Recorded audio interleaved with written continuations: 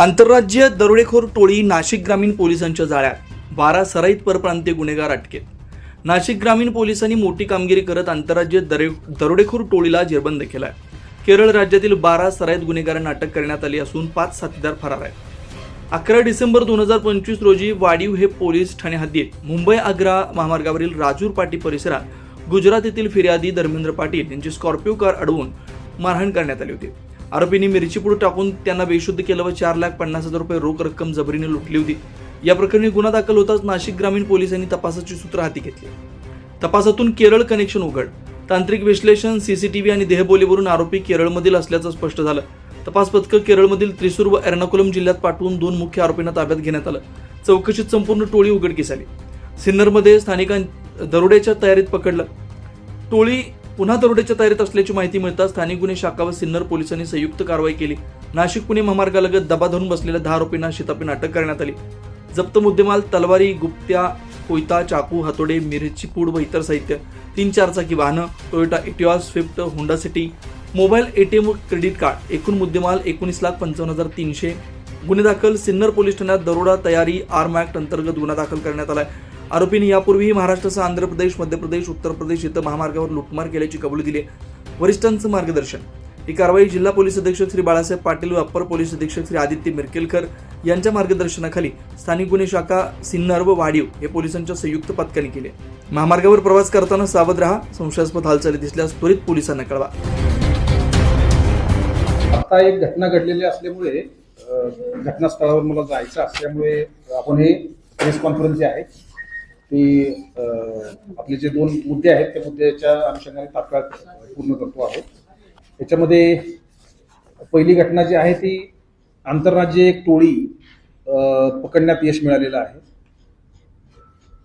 यांची पद्धत अशी होती की अंगड्याची वाहनं जी जातात त्या वाहनांना रेकी करून त्यांना एखाद्या स्पॉट असा निवडणे की ज्या ठिकाणी वाहनं सहजपणे थांबवता येतील.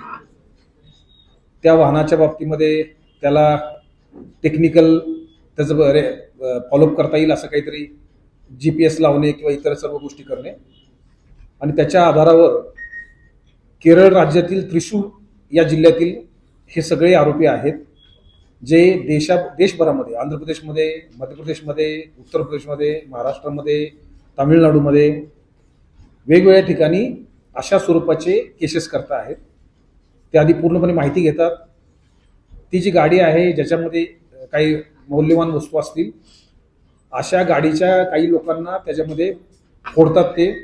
त्यांना काही आर्थिक आमिष दाखवलं जातं आणि त्याच्या आधारावर ती गाडी कुठे कुठे जाते, किती वाजता जाणार आहे याविषयी माहिती घेतली जाते आणि या बेसवर 3-4 दिवस प्रॅक्टिस केल्यानंतर वेगवेगळे सिम कार्ड वापरतात, वेगवेगळे नंबर वापरतात आणि त्यानंतर एका रात्री एका दिवशी ते येऊन ती गाडी लुटतात आणि डायरेक्टली केरळला जातात. त्यांचे नंबर बदलतात, सगळ्या गोष्टी चेंज होतात. त्यामुळे त्यांना पकडणं ही अत्यंत चिकरीचं होतं. आपल्याकडे एक घटना वाडीवरच्या हद्दीमध्ये 11 डिसेंबर 2025 घडलेली होती. राजूर पाटी या ठिकाणी अशी गाडी, एक स्कॉर्पिओ गाडी लुटलेली होती. याबाबतची तक्रार पटेल या व्यक्तीने वाडीवरील पोलीस स्टेशनच्या हद्दीमध्ये असल्यामुळे वाडीवरील दिली होती. तसा एक 4.5 लाख रुपये गेल्याचा गुन्हा हा 288 नंबरचा गुन्हा वाडीवरच्या ठिकाणी 309(6) आणि 324(4) याच्याप्रमाणे दाखल करण्यात आला. या गुन्ह्याची गांभीर्य पाहून आम्ही त्याच्यासाठी एक स्वतंत्र पथक LCBचं नेमलं होतं. LCBचे प्रभारी अधिकारी श्री मगर आणि त्यांचं पूर्ण पथक त्याच्यामध्ये काम करत होतं. जवळजवळ 1000 CCTV चेक केल्यानंतर आणि 10,000 मोबाईल नंबर चेक केल्यानंतर काही गोष्टी निष्पन्न झाल्या. त्याच्यामध्ये आमच्या टीमने केरळवरून 2 लोकांना ताब्यात घेतलं. त्याचं नाव आहे बाबू रमन पिल्ले, चंगमनाडू, एर्नाकुलम, केरळ आणि आकाश यस श्रीकांत, कोडगल्लोर, त्रिसूर, केरळ हे 2 लोकांना ताब्यात घेतल्यानंतर त्यांच्याकडून असं समजलं की सध्या त्याच टोळीतले 10 सदस्य हे सिन्नरच्या भागामध्ये एक गाडी लुटण्यासाठी आलेले आहेत आणि ती गाडी लुटण्यासाठी त्यांनी सापळा रचलेला आहे अशी माहिती मिळाल्यानंतर सिन्नरचे प्रभारी अधिकारी श्री हेमंत वामरे, त्यांची पूर्ण टीम, इथले स्थानिक क्राईम ब्रँचची टीम, त्यांनी एकत्रितपणे या ठिकाणी जे 10 लोक होते त्या लोकांना पाठलाग करून ताब्यात घेतलं. म्हणजे इथले 10 लोक आणि केरळमधून आलेले 2 लोक, असे 12 लोकांना ताब्यात घेण्यामध्ये यश मिळालेलं आहे. एवढी मोठी टोळी आतापर्यंत कधी मिळालेली नाही. त्यातले 2 मिळतात, 3 मिळतात, 4 मिळतात, जास्तीत जास्त 12 लोकांना यामध्ये पकडलेलं आहे. या 12 लोकांच्याकडे 3 गाड्या मिळालेल्या आहेत. 3 वेगवेगळ्या गाड्या, त्यांच्यामध्ये स्कॉर्पिओमध्ये त्या 3 गाड्यामध्ये स्प्रे, वेफन आणि इतर सर्व रॉड वगैरे ह्या सगळ्या गोष्टीच्या दरोडा टाकण्यासाठी आवश्यक गोष्टी असतात, त्या सर्व मिळाल्या. म्हणून या 12 लोकांच्या विरोधात सिन्नर पोलीस स्टेशनला एक गुन्हा दाखल केलेला आहे. त्यांच्याकडे ज्या कार होत्या त्यामध्ये टोयोटा इटिऑस, मारुती स्विफ्ट आणि होंडा सिटी अशा 3 वेगवेगळ्या कार त्याच्यामध्ये वापरल्या होत्या. बँकेमध्ये वापरणारे सगळे ATM कार्ड्स आणि इतर किमती मुद्देमाल असा साधारणतः एकूण 19,55,300 रुपयाचा मुद्देमाल हा त्यांच्या ताब्यातून जप्त करण्यात आलेला आहे. त्यांचा PCR घेतला गेलेला आहे. कधीपर्यंत? 23 तारखेपर्यंत त्यांना PCR मिळालेला आहे. आणि त्यांच्या इंट्रोगेशनमध्ये त्यांनी वाडीवरीचा गुन्हा केलेला असल्याचे कबूल दिलेले आहे. याच्याबरोबरच आणखी काही जिल्ह्यातील आणि राज्याच्या बाहेर मधले सुद्धा गुन्हे की आताच्या पुढच्या परिस्थितीमध्ये नक्कीच उघडकीस येतील. कारण त्यांची जी पद्धत आहे ती पद्धत सर्वत्र वापरली जाते आहे आणि यांचे ज्या मोडस ऑपरेंडी आहे ती अतिशय गुंतागुंतीची आहे, ज्याच्यामुळे त्यांच्यापर्यंत पोहोचणं हे अत्यंत कठीण काम होतं. त्यांची भाषा आणि त्यांचे तात्काळ गायब होण्याची पद्धत या सगळ्या गोष्टी त्यांच्यापर्यंत पोहोचू देत नव्हत्या. असाच गुन्हा याच्यापूर्वी काही युनिट्समध्ये झालेले आहेत. त्याच्यामधले 2-4 लोक पकडण्यामध्ये यश मिळालेलं आहे. परंतु ही सर्वच्या सर्व लोक पकडणं याच्यापर्यंत आतापर्यंत आणखी काही लोक त्याच्यामध्ये असणार आहेत. भविष्यात तपासामध्ये हे नक्कीच निष्पन्न होईल. कमिशन काढायची, त्याच्यामध्ये काही विशेष असेल त्या दिवशी तर त्या दिवशी बरोबर तर एकी करायची, माल किती आहे बघायचा, त्याच्यावर हात मारायचा, असं स्वरूपाचं ते सगळं होतं.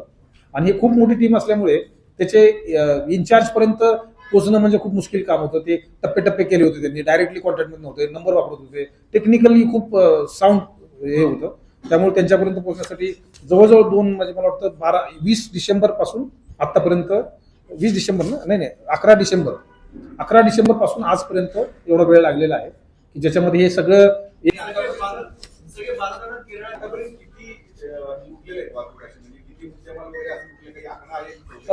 नाही आतापर्यंत आता ते आपला कबूल दिलेले आहे. आता कालच PCR झालेला आहे. त्यामुळे आज आता इंट्रोगेशन मध्ये आणखी काही 2 लोक आहेत की जे महत्वाची लोक आहेत ज्यांना त्याच्यामध्ये आणखी लीड आहे.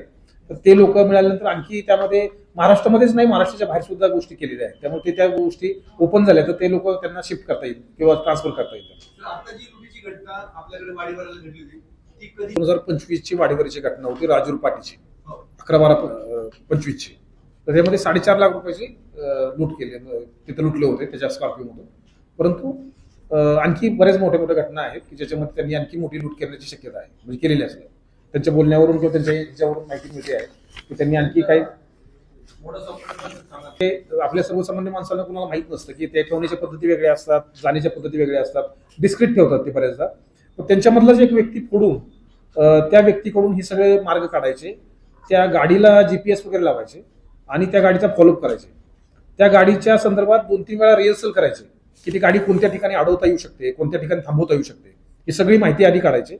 आणि ती एक जागा मिळाली की ज्या ठिकाणी गाडी थांबवायची आहे अशा ठिकाणी ते समोरून गाडी कुठली मारायची, लेफ्टनं गाडी कुठली मारायची, हे सगळं. आणि ती गाडी 10 मिनिटांमध्ये परत रोडला लागली पाहिजे, कारण GPS असतो कंटिन्युएशन मध्ये ते चालते गाडी म्हणून. तर ती गाडी थोड्या वेळात कट करून, म्हणजे त्याचं गॅस कटरने ते कट करायचे संपूर्ण त्यांनी जे ठेवलेलं आहे ते, कारण ते असे ठेवत नाहीत ना, ते गाडीच्या खालच्या बाजूला ठेवतात ते. तर ते गॅस कटरनं काढायचे तेवढं कमी वेळामध्ये, ते सगळं घ्यायचं आणि ते निघून जायचं तिथून, ते पण राज्याच्या बाहेर निघून जायचं. ही सगळी मोडस ऑपरेंडी त्यांची अतिशय फिक्स शेड्यूल हे होतं त्यांचं. पूर्ण रिहर्सल करून करायचे, रॅन्डम काही करत नव्हते. आणि काही लोकांना त्यामध्ये मदतीला घ्यायचे. आता याच्यामध्ये कुणाची मदत केली गेली, काय केली गेली, ह्या सगळ्या गोष्टी समोर येतील. आणि त्या गाडीसोबत ते पण प्रवास करायचे, तुम्ही रिहर्सल म्हणताय, हो, त्या गाडीसोबत प्रवास करून मग चाचपणी करायची. रिहर्सल म्हणजे ती गाडी निघताना पाठीमागे काय गाड्या असायच्या, पुढे काय गाडी असायच्या, आणि त्या गाडी कुठून पास होत आहेत, काय होतात त्याची माहिती त्यांना मिळायची. आणि मग ते कोणत्या ठिकाणी त्याला दाबायची गाडी, साईडला कुठलं घ्यायचे, काय करायचे, ह्याची सगळी रिहर्सल करायची ते आधी, की कोणत्या ठिकाणी गाडी बाजूला घेता येऊ शकते, आपल्याला काय करता येऊ शकतं, हे सगळे रिहर्सल करायचे आणि त्यानंतर ते प्रत्यक्ष करायचे. आणि हे नाशिक तेच पैसे होते. हां, 4.5 लाख रुपये फिर्यादीमध्ये आहे. 24 लाईव्ह महाराष्ट्र न्यूजसाठी मुकेश मुंजे, नाशिक.